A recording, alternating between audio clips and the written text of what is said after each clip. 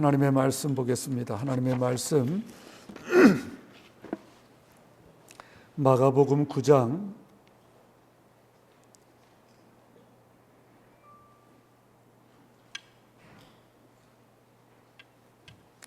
30절로 37절 말씀.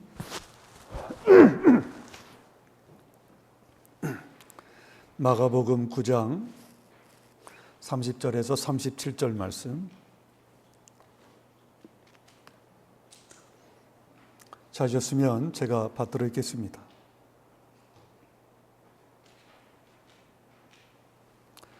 그곳을 떠나 갈릴리 가운데로 지날새 예수께서 아무에게도 알리고자 아니하시니 이는 제자들을 가르치시며 또 인자가 사람들의 손에 넘겨져 죽임을 당하고 죽은 지 3일 만에 살아나리라는 것을 말씀하셨기 때문이더라.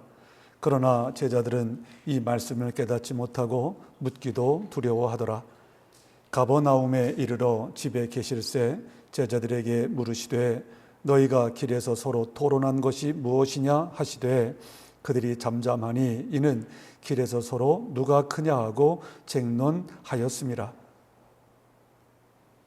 예수께서 앉으사 12 제자를 불러서 이르시되 누구든지 첫째가 되고자 하면 뭇사람의 끝이 되며 뭇사람을 섬기는 자가 되어야 하리라 하시고 어린아이 하나를 데려다가 그들 가운데 세우시고 안으시며 제자들에게 이르시되 누구든지 내 이름으로 이런 어린 아이 하나를 영접하면 곧 나를 영접하며 누구든지 나를 영접하면 나를 영접함이 아니요 나를 보내신 이를 영접함이니라. 아멘. 아멘.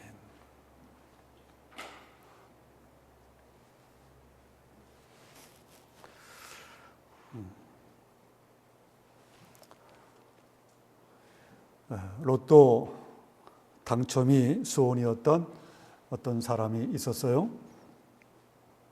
당첨이 되면 고향에 내려가서 별장을 짓고 또 좋은 차를 타고 여행을 다니는 그런 상상을 했습니다. 그래서 10년 동안 복권을 샀는데 당첨되지를 못했어요. 이거 싫어합니다.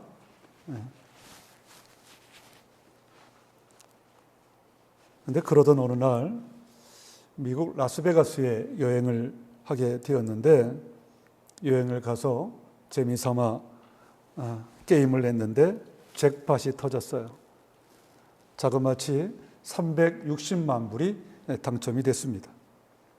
그런데 이 상금액을 듣는 순간에 평소에 지병이었던 심장에 문제가 생겨서 그 자리에서 심장마비로 세상을 떠났습니다.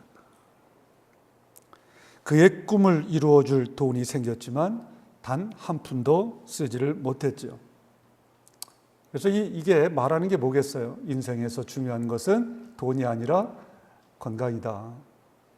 근데 제가 이거를 말씀드리려고 예화를 드렸겠어요? 여러분, 신앙도 마찬가지입니다. 신앙도 건강한 신앙이 있고 그렇지 못한 신앙이 있습니다. 사랑하는 여러분, 우리는 건강한 신앙인이 되어야 할 줄로 믿습니다. 네, 그렇다면 어떻게 될 수가 있느냐? 오늘 그 부분을, 그 주제를 여러분과 좀 나눌까 해요. 맥스웰 멜츠라고 하는 세계적으로 유명한 성형외과 닥터가 있습니다. 이분이 수십 년간 성형 수술을 하면서 많은 사람의 얼굴을 새롭게 만들어 주었어요. 그러면서 발견한 사실이 있는데 그것은 겉모습을 성형했을 뿐인데 성형받은 사람의 성격이 바뀌었다는 거예요. 왜 얼굴을 수술했는데 성격이 바뀌었을까? 그 이유를 찾아내려 오랫동안 연구를 했습니다.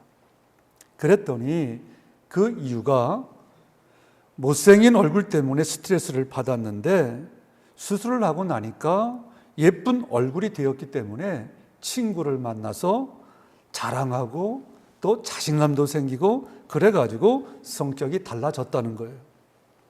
그런데 이 멜츠 박사가 이해할 수 없는 일이 생겨났어요. 그게 뭐냐면 성형수술로 요새 말로 얼짱이 되었음에도 불구하고 전보다 더 우울하고 전보다 더 의기소침하는 사람이 있었다는 거예요. 또 이와 반대로 성형수술이 제대로 되지 않아서 성형되기 전보다 훨씬 더 못해졌음에도 불구하고 오히려 성격이 밝아지고 성격이 명랑해지는 사람도 생겨났다는 거예요. 도대체 왜 그럴까? 그래서 이 멜츠 박사는 이 문제를 해결하기 위해서 여러 해 동안 연구를 하였는데 그러고는 얻은 결론이 자기 스스로 지니고 있는 자아의 모습, 즉 자아상 때문이라고 하는 것을 알아냈습니다. 그러니까 그의 연구에 따르면 모든 사람은 마음속에 자신이 그리고 있는 자아상이 있는데 그 자아상에 어울리게 행동을 하더라는 거예요. 여러분, 우리 모두는 속사람으로서의 자아가 있습니다. 그런데요, 이 속사람인 자아는 놔두면 자꾸 작아지고 또 딱딱해지고 이 속사람을 놔두면 병드는 경향이 있습니다. 그래서 이 자아는 아무런 신경을 쓰지 않고 내버려 두면 안 좋은 쪽으로 가게 되어 있어요. 여러분, 그래서 성경은 우리에게 계속해서 이 부분을 강조하는 뭐냐? 자아는 훈련받아야 된다. 즉 움직임이 있어야 된다. 성경은 그렇게 우리에게 권고하는 것입니다. 자, 그렇다면 이 자아가 어떻게 움직여야 건강한 자아가 될까? 건강한 자아가 되어서 건강한 그리스도인, 건강한 신앙인이 되어서 하나님의 뜻을 이루는 하나님의 사람이 될 수 있을까? 오늘 두 가지 측면을 여러분과 나눠볼게요. 첫째가 뭐냐면 건강한 자아를 이루려면 첫째는 예수님의 마음 쪽으로 움직여야 된다는 거예요. 예수님의 마음 쪽으로 움직여야 된다. 또 하나는 이웃의 마음 쪽으로 움직여야 된다. 그러면 우리의 자아는 건강할 수 있다. 그것을 성경은 오늘 본문을 통해서 말해주고 있습니다. 자, 오늘 본문 말씀을 보면 제자들의 병든 마음들이 건강해지는 방향이 무엇인지를 우리에게 보여줍니다. 자, 차례대로 하나 살펴볼게요. 자, 병든 마음들이 건강해지는 방향이 무엇이냐? 건강해지는 뭐라 그럴까요? 것이 무엇이냐라고 할 때 두 가지인데 아까도 말씀을 드렸지만 첫째는 예수님의 마음 쪽으로 움직여야 된다 그랬는데 예수님의 마음을 품어야 돼요. 예수님의 관심사를 우리가 품어야 건강한 자아로 나갈 수 있다는 거예요. 자, 본문을 보면 예수님의 관심사와 제자들의 관심사가 전혀 달랐음을 알 수가 있습니다. 자, 예수님의 관심사를 한번 볼게요. 자, 31절을 보시면 이는 제자들을 가르치시며 또 인자가 사람들의 손에 넘겨져 죽임을 당하고 죽은 지 3일 만에 살아나리라는 것을 말씀하셨기 때문이더라. 자, 예수님의 관심은 어디에 집중되어 있습니까? 여기 보니까 십자가 죽음과 부활에 집중되어 있습니다. 예수님의 관심은 십자가와 부활에 집중되어 있습니다. 자, 그런데 제자들의 관심은 어디에 있냐 보니까 33절, 34절을 보세요. 가버나움에 이르러 집에 계실새 제자들에게 물으시되 너희가 길에서 서로 토론한 것이 무엇이냐 하시되 그들이 잠잠하니 이는 길에서 서로 누가 크냐 하고 책론하였습니다. 그러니까 제자들의 관심은 예수님의 관심은 십자가와 부활에 집중되어 있는데 제자들의 관심은 어디에 집중되어 있어요? 누가 크냐? 여기에 집중되어 있었다는 거예요. 그러니까 예수님의 관심사와 제자들의 관심사가 너무너무 달랐다라고 하는 것을 알 수 있죠. 자, 그러면 여러분, 제자들이 왜 이런 마음을 품었을까요? 1절을 한번 볼게요. 읽지는 않았지만 1절을 보시면 또 그들에게 이르시되 내가 진실로 너에게 이르노니 여기 서 있는 사람 중에는 죽기 전에 하나님의 나라가 권능으로 임하는 것을 볼 자들도 있느니라 하시니라 그랬어요. 자, 여기 보니까 하나님의 나라가 권능으로 임하는 것을 볼 자 이렇게 얘기를 했을 때 제자들은 이것을 어떻게 받아들였냐면 어떻게 받아들였을까요? 하나님의 나라가 권능으로 임하는 것을 볼자 누구를 말할까요? 누구를 말한다고 생각했을까요? 예수님을 말한다고 생각해요. 그러니까 이 땅에서 드디어 예수님이 우리가 고대하던 왕이 되는구나 라고 이들은 받아들였어요. 여러분, 예수님이 드디어 왕이 되는구나 라고 하니까 그것이 이 제자들의 마음을 사로잡았죠. 그러니까 그 다음부터 무슨 말씀을 하시든지 귀에 들어오지를 않았죠. 오로지 예수님이 이 땅에서 왕이 되면 그 다음엔 뭐예요? 내가 어떤 자리를 차지할 수 있을까?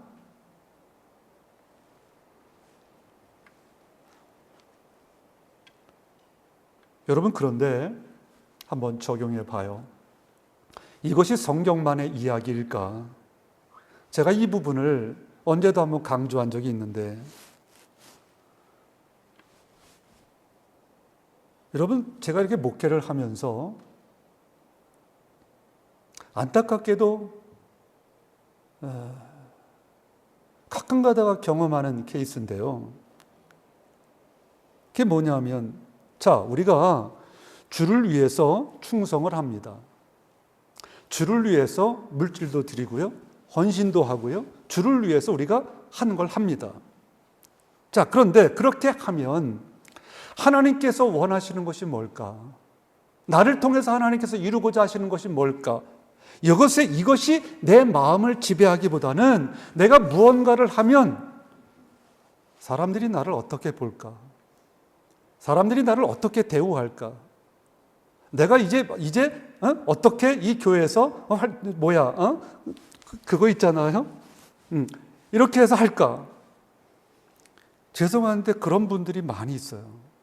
현대교회 안에. 여러분, 많은 질문을 드렸어요. 또 질문 드려볼게요.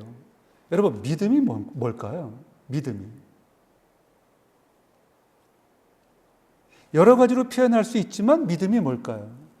믿음은요, 예수님의 마음을 품는 거예요.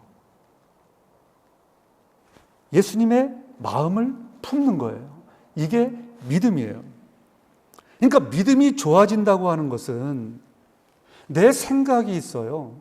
내 기준이 있어요. 내 욕심이 있어요. 내가 하고 싶은 것이 있어요. 그러나 그것을 내려놓고 예수님이 원하시는 것이 뭔지, 예수님이 기뻐하시는 것이 뭔지, 그것을 예민하게 받아들이고 그것과 함께 움직이는 것, 이게 믿음이 좋은 것 아니겠어요?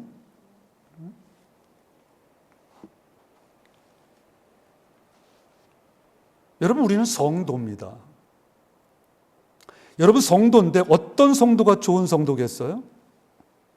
똑같이 적용이 될 수 있죠. 우리가 예배를 많이 드리고 봉사를 많이 하고 수고를 많이 하고 그런다고 할지라도 내가 예배를 많이 드리고 봉사하고 수고를 했어요. 그런데 그것 가지고 그것 자체에 나 대단해, 나 할 거 다 했어 라고 하면서 스스로 대견해하고 만족하면서 주님의 마음은 상관없이 스스로 만족해하면서 주님의 마음과는 상관없이 그저 신앙생활 한다고 하면 여러분, 우리의 수고와 우리의 헌신은 의미가 없어진다는 거예요. 주님은 그렇게 보신다는 거예요. 누가복음 15장에 우리가 잘 아는 탕자의 비유가 나와요. 탕자의 비유를 할 때 첫째 아들의 결정적인 문제가 뭐였죠? 첫째 아들의 결정적인 문제는 첫째 아들이 어떤 행동을 했느냐 안 했느냐, 이것은 둘째 문제예요. 결정적인 문제가 뭐냐면 첫째 아들은 아버지의 마음을 이해하지 못했어요. 아버지의 심정을 이해하지 못했어요. 여러분 보세요. 아버지의 마음, 아버지의 심정을 이해하지 못하면 아무리 아버지 옆에 있다 할지라도 아버지를 기쁘게 하는 건강한 자아는 될 수 없어요.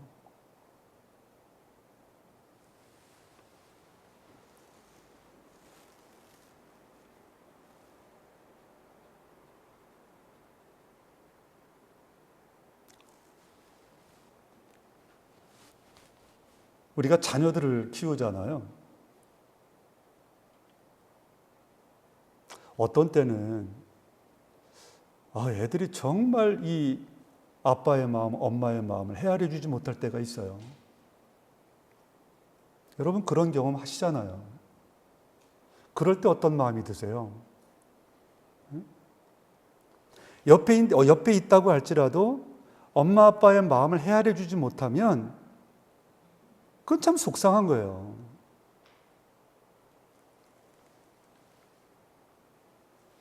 여러분 제가 아까 말씀드렸지만 우리 자아는요 그냥 내버려 두면 놔두면 뭐 한다고요? 병들어요. 병들어. 그래서 중요한 건 예수님의 마음적으로 자꾸만 움직여야 돼요. 움직여야 돼. 자꾸만 의지적으로 의도적으로 성령 하나님 나 도와주세요. 도와주세요. 성령 하나님 나 이렇게 하고 싶어요.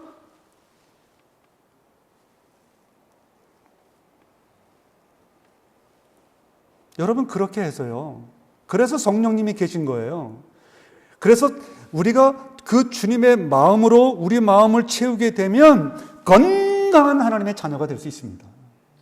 네. 그것이 아니라 자꾸 내 생각, 내 기준, 내 자존심, 내가 가지고 있는 것 그것만 자꾸 고집하고 예수님의 마음이 무언지를 배제하면 어떻게 성숙한 그리스도인이 될 수 있을까요? 가능하지 않은 거죠. 자, 그러면 구체적으로 하나만 더. 그러면 주님의 마음이 뭘까? 우리가 주님의 마음적으로 자꾸 움직여야 된다고 그랬는데 그럼 주님의 마음이 뭘까? 대표적인 것 두 가지. 빌립보서 2장 2절을 한번 볼게요. 마음을 같이하여 같은 사랑을 가지고 뜻을 합하며 한 마음을 품어 그랬어요. 여러분 주님의 마음이 뭘까요? 가장 대표적인 것. 주님의 마음은 사랑의 마음이에요. 사랑의 마음. 이 주님의 사랑의 마음을 우리가 품을 수 있어야 한다는 거예요. 우리가 많은 시간을 다른 사람들을 비난하고 헐뜯고 정죄하고 그런데 우리의 시간을 사용한다고 하면 이것보다 어리석은 게 없어요. 여러분 제가 왜 누누이 말씀드리냐 하면 부정적인 말과 아니면 다른 사람들을 정죄하고 이런 말들을 이런 생각과 이런 말들을 하지 말아야 되는 가장 중요한 이유는 내가 아무리 옳은 마음으로 뭐 부정적인 말을 하고 누군가를 정죄하고 한다고 할지라도 그 가운데 사단이 역사해요. 성령이 역사하지 않는다고요. 부정적인 말 가운데는. 그래서 제가 드리는 말씀이에요. 여러분 그런 말과 그런 행동을 했을 때 이 마음에 하나님이 주는 평강이 있던가요? 천만에요. 예수님은 우리에게 뭐라고 말씀하시냐면 인생의 전부를 사랑하는 데 쏟으라 이렇게 말씀을 하시는 거예요. 여러분 주님의 사랑의 마음으로 자꾸 움직여 가셔야 돼. 아멘 좀 해주세요. 주님의 사랑의 마음 쪽으로 자꾸 움직여. 그러면 건강한 자아를 이룰 수 있어요. 네, 또 하나, 두 번째. 이 예수님의 마음은 뭐냐? 아버지의 뜻을 순종하고자 하는 마음이에요. 아버지의 뜻을 순종하고자 하는 마음이다. 여러분, 예수님이 이 땅에 오신 이유가 뭐예요? 예수님이 십자가를 지신 이유가 뭐예요? 다 아버지의 뜻을 이루기 위함이에요. 예수님이 이 땅에 오신 것은 아버지의 뜻을 이루기 위해서 오셨어요. 그 아버지의 뜻은 뭐냐? 십자가를 지는 거예요. 너무너무 힘들죠, 이게. 그래서 주님이 전날 밤에 그렇게 기도하시잖아요. 이 잔을 내게서 옮기시옵소서. 그러나 내 뜻대로 마옵시고 아버지의 뜻대로 하옵소서.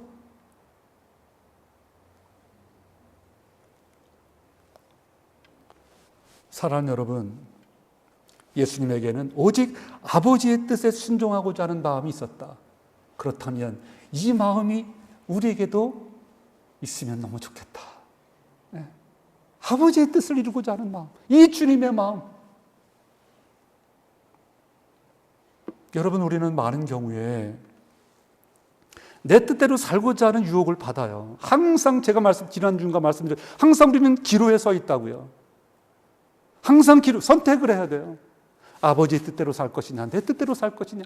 항상 선택의 기로에 서 있어요. 그러면 여러분 성령 충만이 뭐예요? 성령 충만. 그러면 이거 뭘 말하는 거예요? 제가 어떤 목사님 설교를 듣는데, 그게 난 동의를 해요. 여러분, 예를 들어서 성령 받으라, 성령 받으라 맨날 그러잖아요. 뭔 얘기예요, 그게? 여러분, 성령님은요, 어떤 물건이 아니야. 성령님은 인격자예요, 인격자. 성령 충만이래. 성령 받으라, 2차원이 아닌 거예요. 성령 충만은 뭔 의미일까요? 성령 충만은 성령 충만의 의미는 나의 삶을 성령께서 지배해가지고 성령과 함께 살아가는 거예요. 이게 성령 충만이에요. 맨날 성령 받으라 아멘 잘하죠. 여러분 그런 차원의 성령이 아닌 거예요. 성령은 나와 인격적인 관계 속에서 나를 다스리세요. 나를 통치하세요. 나를 주장해 주세요. 그래서 성령과 함께 살아가는 거예요. 이게 성령 충만이에요.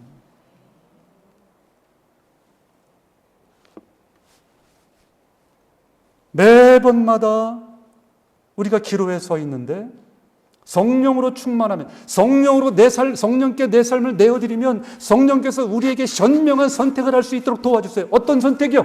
하나님의 뜻을 선택할 수 있도록 도와주세요. 그래서 성령 충만해야 되는 이유가 거기에 있는 거예요. 여러분, 성령 충만 어떻게 할 수 있어요? 이거 한 10번은 얘기했겠다. 성령 충만 어떻게 할 수 있어요? 어디서 우리가 교훈을 삼아요? 네. 사도행전에 보면 나와요. 초대교회를 보면 나와요. 초대교회에서 성령 충만했어요. 3가지 뭐예요? 말씀과 기도와 그 다음에 찬양이에요. 찬양. 방법이 없어요. 방법이 없어. 최승지 집사님도 말씀과 기도와 찬양으로 하면 성령이 집사님을 지배해요. 성령이 저 집사님과 동행한다고요.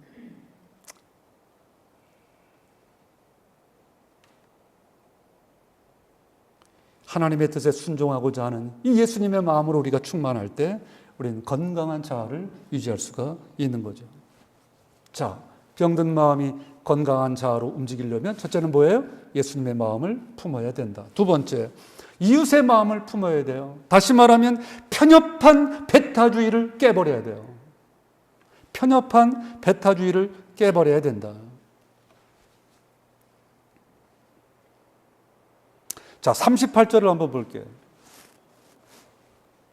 38절 같이 합니다. 같이 해요. 시작. 요한이 예수께 여짜오되 선생님, 우리를 따르지 않는 어떤 자가 주의 이름으로 귀신을 내쫓는 것을 우리가 보고 우리를 따르지 아니하므로 금하였나이다. 이것도 제가 언젠가 한번 말씀드린 것 같은데, 제자들과 함께 하지 않는 사람이 귀신을 내어쫓는데 그거 우리를 따르지 않는 사람이 그랬으므로 이것을 금했다라고 말해요.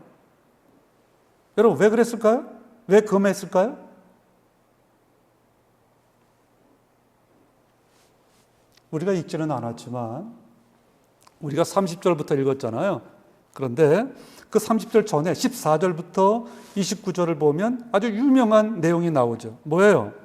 예수님이 세 제자와 함께 변화산에 올라갔어요. 자, 예수님이 세 제자와 함께 변화산에 올라갔으니까 남은 그 밑에 마을에 남아있는 제자는 몇 명이에요?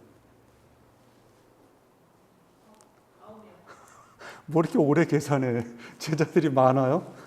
12명에서 3명을 빼니까 9명이 남아있죠. 9명이 남아있는데 그 9명의 제자들에게 귀신 들린 아들을 데리고 온 아버지가 있어요. 귀신 들린 아들을 아버지가 데리고 왔는데 논쟁이 일어났어요. 내용은 다음에 얘기하고. 근데 고쳤어요, 못 고쳤어요? 고쳤잖아요. 고쳤다면 또 이게 안 되는 거잖아요. 못 고쳤어요. 못 고쳤어요. 그래서 예수님이 내려오신 다음에 귀신이 나갔죠. 자, 그래가지고 뭐라고 그랬냐. 제자들이 와가지고 물어요. 왜 우리는 귀신을 내어쫓지 못했습니까? 그랬더니 유명한 말씀을 주님이 하시죠. 기도 외에는 이런 유가 나갈 수 없다. 자, 14절에서 29절까지를 보면 제자들의 전체적인 무드가 뭐냐면 우리는 귀신을 내어쫓지 못했다라고 하는 허탈감, 이거에 사로잡혀 있었어요. 그런데 들어보니까 자기들과 함께하지 않은 어떤 사람이 귀신을 내어쫓았다네?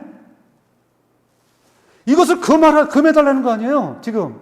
다른 사람, 우리와 함께하지 않는 그 어떤 사람이 귀신을 내어쫓는데 그거 더 이상 하지 못하게 금하게 해달라. 지금 그 말하는 거 아니에요, 제자들이. 여러분, 왜 그렇게 했을까요?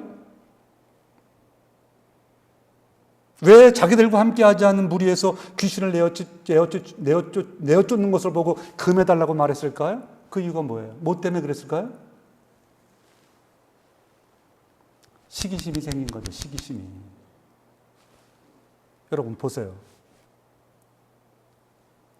정직하게 우리를 점검해 봐야 돼요.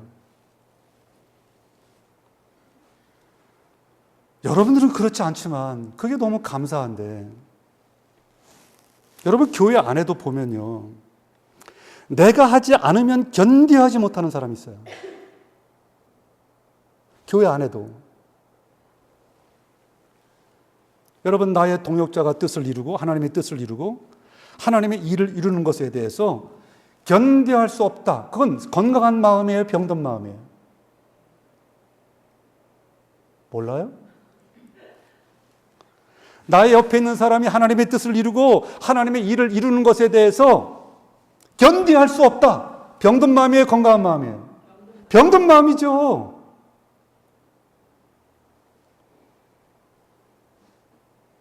여러분, 그래서 우리가 가져야 될 생각이 뭐냐면 이웃의 마음을 품을 줄 알아야 되는데, 그 이웃의 마음을 품을 줄 알아야 되고 이웃을 통해서 하나님의 뜻이 이루어지는 것에 대해서 뭐 할 줄 알아야 된다? 기뻐할 줄 알아야 된다. 이것이 주님이 우리에게 교훈하시는 바예요. 그러니까 예수님께서 말씀하신 내용이 뭐냐면 편협한 우월주의나 배타주의는 안 된다, 안 된다. 이것을 우리에게 권고하는 거예요. 빌립보서 1장을 보면 사도 바울에게서 중요한 우리가 교훈을 얻습니다. 자, 빌립보서 1장을 보면 사도 바울을 정서적으로 반대하던 사람이 있었어요. 감옥에 갇혔더니 오히려 좋아해요. 그 좋아하는 사람이 누구였죠? 예수님을 모르던 사람, 예수님을 전하던 사람. 똑같이 복음을 전하던 사람이에요. 그런데 그 사람들이 사도 바울이 감옥에 갇혔다고 하니까 이게 막 박수치고 좋아하네? 자, 그때 사도 바울이 어떠한 태도를 취했는가를 보세요. 빌립보서 1장 18절. 이게 왜 안 될까요?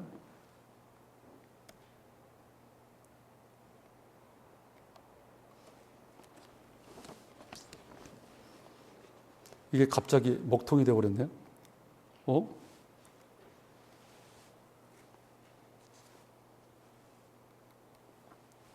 제가 읽을게요. 빌립보서 1장 18절에 사도 바울이 그러한 모습을 보이는 그들을 향하여 어떠한 태도를 취했느냐 보니까, 그러면 무엇이냐? 거칠애로 하나 참으로 하나 무슨 방도로 하든지 전파되는 것은 그리스도니 이로써 나는 기뻐하고 또한 기뻐하리라. 그리스도가 전파된다고 한다면 나하고의 감정적인 문제는 아무것도 아니다. 나는 그리스도가 전파된다고 한다면 나는 기뻐하겠다. 이게 사도 바울의 건강한 자아예요. 아멘 하신 분만.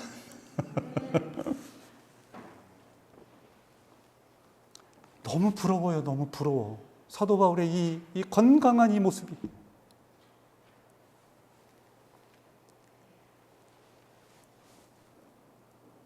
저는 지금도 잊지 못하는 게, 제가 캐나다에 미국에서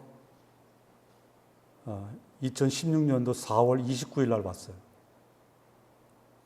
그리고 5월 1일부터 부임을 해서 사역을 시작했는데, 제 일로 인해 가지고 임시노회가 열렸어요.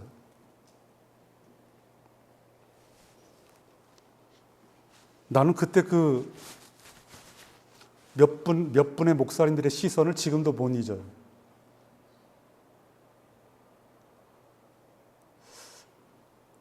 그래서 왜 그렇게 봤는지 지금도 나는 이해를 못 하겠어요. 너무 그 쌀쌀맞은 시선이 있잖아요.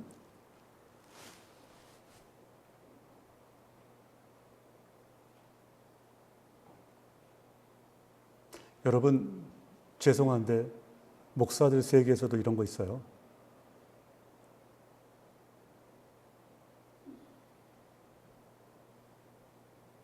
여러분들은 어떠세요? 적어도 제자교회 목사나 성도들은 적어도 이 사도 바울의 건강한 자아로 충만할 수 있기를 바랍니다.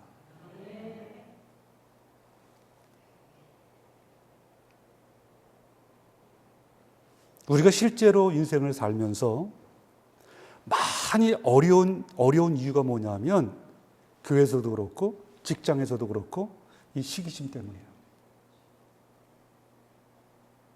여러분 안 그런 건 자꾸 하시는데 진짜 이게 우리를 힘들게 한다니까요. 이거 반드시 넘어야 돼요. 이거.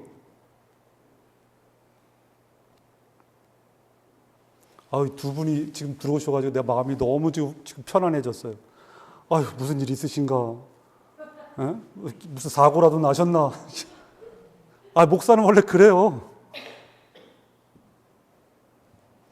편하게 좀 하려고 하니까 또 이 노트북이 고장났네. 안 넘어가요. 여러분, 한번 봐봐요. 이 시기심이 참 문제인데요. 근데 더 큰 문제가 뭔지 아세요? 이 시기심은요, 나 스스로가 생각할 때 죄라고 생각 안 해요. 여러분 어떠세요? 이게 죄라고 생각을 안 한다니까요? 자기 스스로 시기심에 사로잡혔다 그러면 막 화내요. 그래서 시기심은 되게 자기가 합리화시키는 어떤 다른 것으로 포장하기 쉬운데요. 어떤 때는요, 정의로 포장할 때도 있고요. 어떤 때는요, 기준으로 포장할 때도 있고요. 어떤 때는요, 정당한 권면이라고 포장할 때도 있고요. 그래요. 그런데 누구는 알아요? 이게 시기심이라는 것을 자기는 알죠.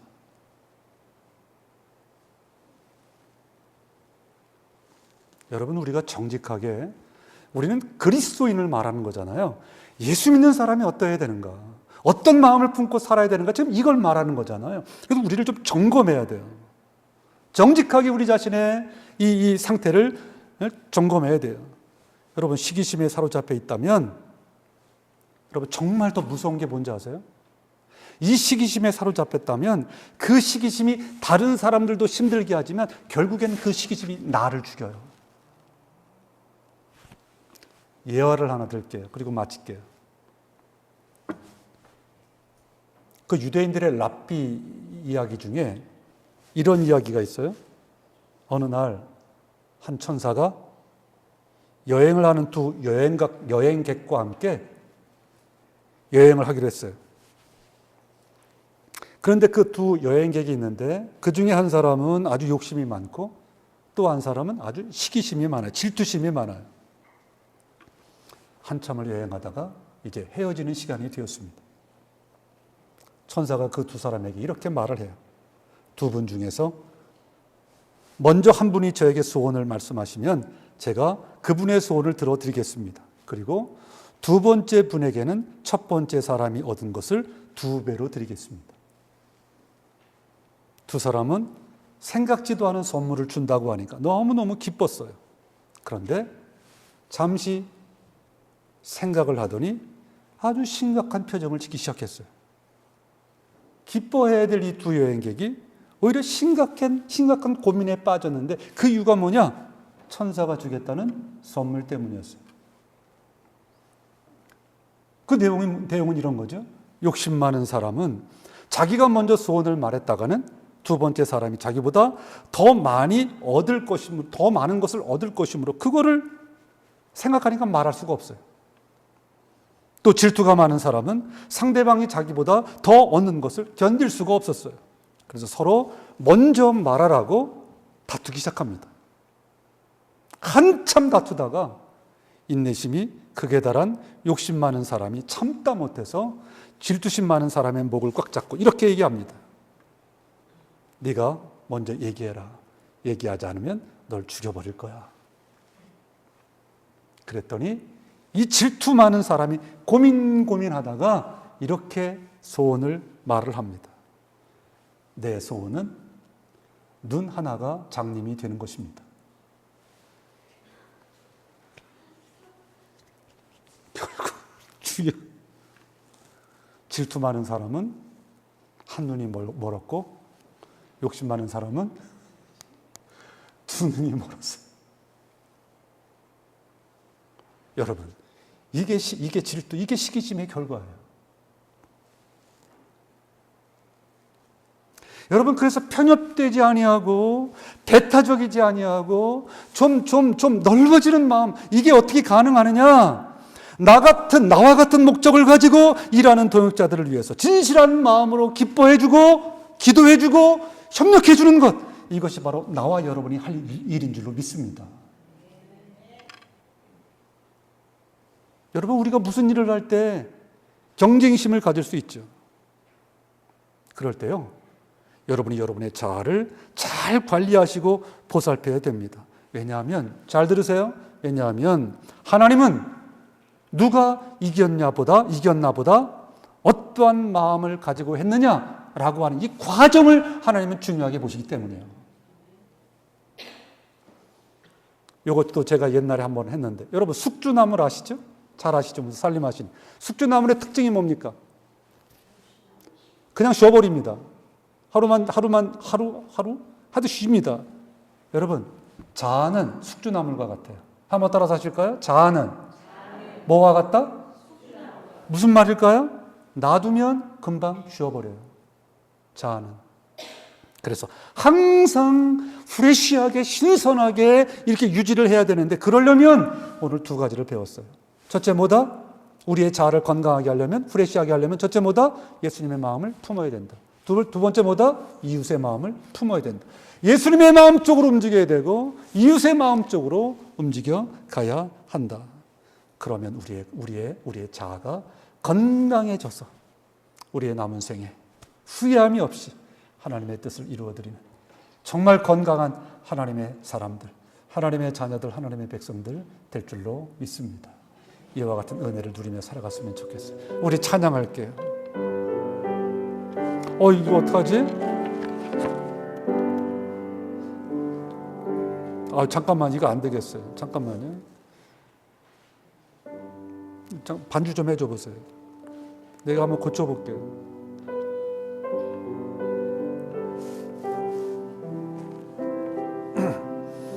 이거 만약에 안 되면 제가 특송할게요. 특송. 아멘. 안 되는데.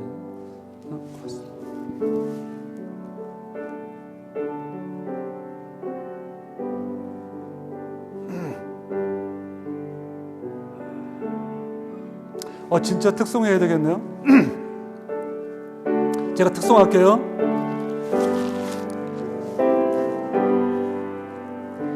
주 내 맘에 오신 후에 주 날 인도하시네.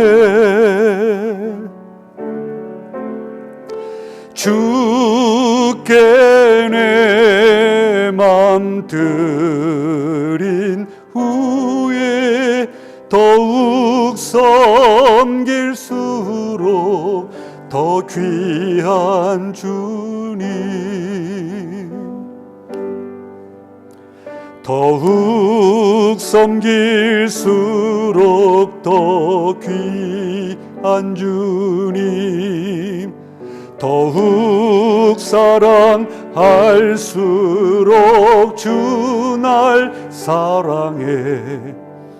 매일 내 마음에 기쁨이 넘치네. 더욱 섬길수록 더 귀한 주님. 하나님, 아버지, 하나님, 이 귀한 성도들을 축복하옵소서. 이들을 바라보시면서 이들이 얼마나 귀한지 하나님, 이들이 주님을 향한 마음이 간절한 것을 하나님이 아십니다. 하나님, 저들의 소원을 받으소서. 저들의 소원을 들어주옵소서. 저들은 주님을 닮기를 원하고 이웃을 향하여 옆 사람을 세워주기를 원하고 옆 사람이 믿음의 굳건히 서는 것을 보기를 저들은 원하고 있습니다. 하나님, 지금 교회가 세상 사람들에게 손가락질을 당하고 있습니다. 하나님 아버지, 많고 적음의 문제가 아니라 우리가 영적으로 살아있을 때 이것이 진정한 부흥이요 하나님이 원하시는 모습일 텐데, 우리 제자교회를 하나님 주목하시는 하나님,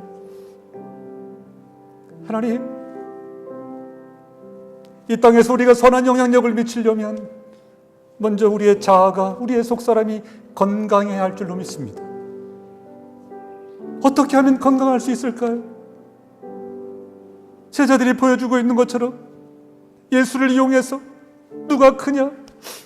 교회 안에서도 나를 내려놓지 못해서 다른 사람에게 상처를 주고 아픔을 주고 예수님의 마음, 예수님의 생각은 아랑곳 없이, 하나님 아버지, 우리가 그렇게 살 수는 없습니다.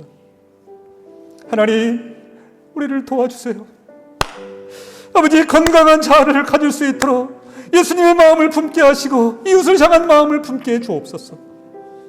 그래서 하나님, 우리 제자교회, 우리 사랑하는 성도들, 이들이 건강한 자아로 다 살아나서 주님이 그렇게 하셨던 것처럼 이 땅에 남은 생애 동안, 남은 나날 동안 하나님의 뜻을 이루기 위하여 몸부림침으로 이 땅에 하나님의 나라를 세우게 하시고, 아버지, 죽어가는 이 토론토, 영적으로 아버지 하나님이 이 타락해져 가고 있는 이 토론토를 살려내는데 아버지 쓰임받는 우리 귀한 제자교회, 우리 모든 성도들이 다 되게 하옵소서. 하나님 아버지, 이 시간 귀한 예물을 하나님 앞에 바칩니다. 이 예물을 바친 손길을 사랑하시고 하나님 귀한 은혜로 함께하여 주옵소서. 저들의 모든 형편과 사정을 아시는 하나님 아버지, 하나님 도와주셔서 하나님의 은혜로 그 모든 문제들이 해결받고 저들이 더욱더 믿음의 굳건히 서는 기회들이 되게 하여 주옵소서.